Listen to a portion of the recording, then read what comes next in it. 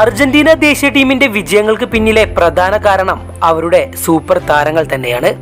എന്നാൽ ആ വിജയങ്ങൾക്കെല്ലാം അണിയറയിൽ പദ്ധതിയൊരുക്കുന്നത് ലിയണൽ സ്കലോനി എന്ന പ്രഗത്ഭ പരിശീലകനാണെന്നത് എല്ലാവർക്കും അറിയാവുന്ന കാര്യമാണ്. തന്ത്രങ്ങളും കുതന്ത്രങ്ങളും കൊണ്ട് അർജന്റീൻ ദേശീയ ടീമിനെ ലോക ചാമ്പ്യന്മാർ വരെയാക്കാൻ സ്കലോനിക്ക് സാധിച്ചിട്ടുണ്ട്.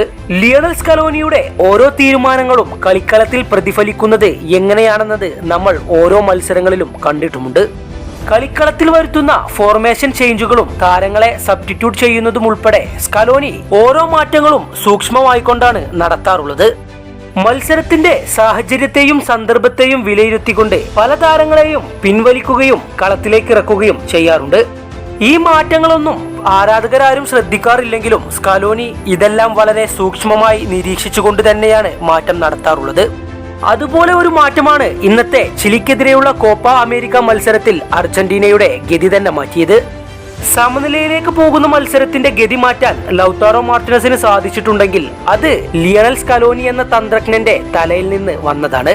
രണ്ടാം പകുതിയിലെ ആദ്യ മാറ്റം എൻസോ ഫെർണാണ്ടസിനെ പിൻവലിച്ചതാണ്. മധ്യനിരയിൽ കാര്യമായ മുന്നേറ്റങ്ങൾ നടത്താൻ സാധിക്കാതെ ഒരൽപ്പം പിൻവലിഞ്ഞു കളിക്കുന്ന എൻസോ ഫെർണാണ്ടസിന് പകരം ഡ്രിബ്ലിംഗ് കേപ്പബിലിറ്റിയുള്ള ലോ സെൽസോയെ കളത്തിലിറക്കിക്കൊണ്ട് ആക്രമണങ്ങൾക്ക് മൂർച്ച കൂട്ടുക എന്നതാണ് സ്കലോനി ആദ്യം വരുത്തിയ മാറ്റം. ലോ സെൽസോയ്ക്ക് പിന്നാലെ നിക്കോ ഗോൺസാലസിന് പകരം ഏഞ്ചൽ ഡീമരെയും അതുപോലെ ഹൂലിയൻ ആൽവരസിന് പകരം ലൗതാറോ മാർട്ടിനസിനെയും സ്കലോനി കളത്തിലേക്ക് ഇറക്കി.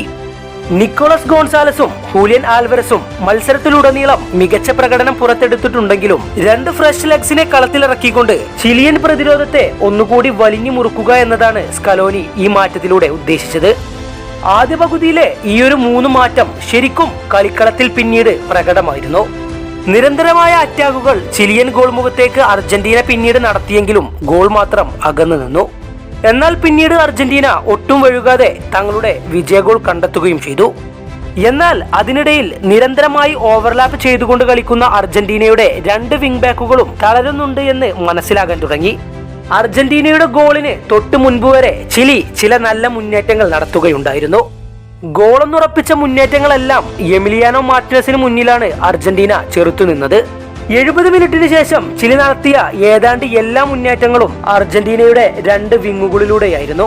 അതിനാൽ തന്നെ അർജന്റീന വിജയ ഗോൾ നേടിയതിനു ശേഷം പ്രതിരോധത്തെ ഒന്നുകൂടി ശക്തിപ്പെടുത്താനാണ് നെഹുൾ മൊളീന, നിക്കോളസ് തഗ്ലിയാഫിക്കോ എന്നീ 2 പ്രതിരോധ താരങ്ങൾക്ക് പകരം മാർക്കോസ് അക്കൂന, മോണ്ടിയൽ എന്നീ താരങ്ങളെ കളത്തിലേക്ക് ഇറക്കിയത്.